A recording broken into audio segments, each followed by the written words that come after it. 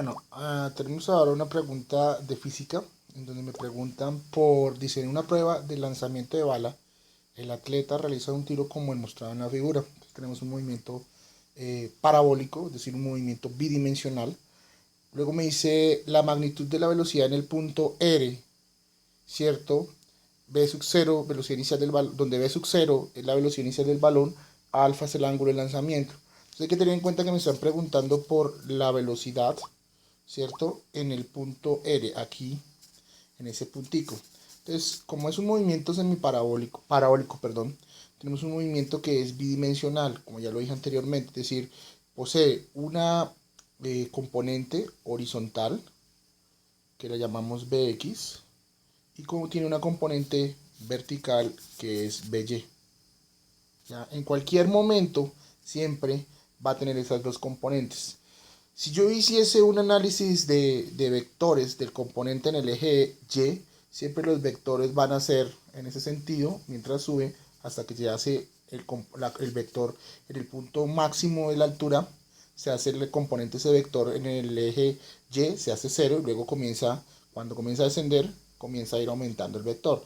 Si lo hago respecto al componente horizontal, entonces siempre vamos a tener un vectorcito de magnitud constante y siempre de esta forma. Entonces, nuevamente, volviendo acá a la pregunta, ¿cierto? Tenemos que en ese punto solamente existe una componente en el eje que es en el eje X. En el eje Y no tiene componente. Entonces, la componente en el eje X, ¿cierto? Sería básicamente, si hago un triangulito, ese es el ángulo teta, que es el mismo, perdón, alfa, que es el mismo ángulo con el que sale el balón. Entonces está la componente B sub 0, esta es la componente en el eje Y esta es una componente en el eje X. Entonces, viendo eso, me preguntan es por esta. Entonces, ¿qué me relaciona la componente horizontal, la velocidad general y el ángulo? Es decir, tenemos la adyacente en un triángulo rectángulo, tenemos el ángulo y la hipotenusa. Entonces, ¿qué me relaciona? ¿Qué relación trigonométrica? Entonces digo seno, no, porque es opuesto sobre hipotenusa.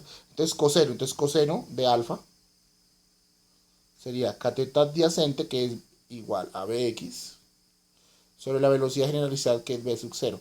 Y si espejo de ahí Bx, pues necesariamente Bx va a ser igual a B sub 0 por coseno de alfa, ¿cierto? Entonces, la componente en el eje X, ¿cierto? La componente en el eje X básicamente es B0 por coseno de alfa. Por lo tanto, la respuesta, ¿cuál sería?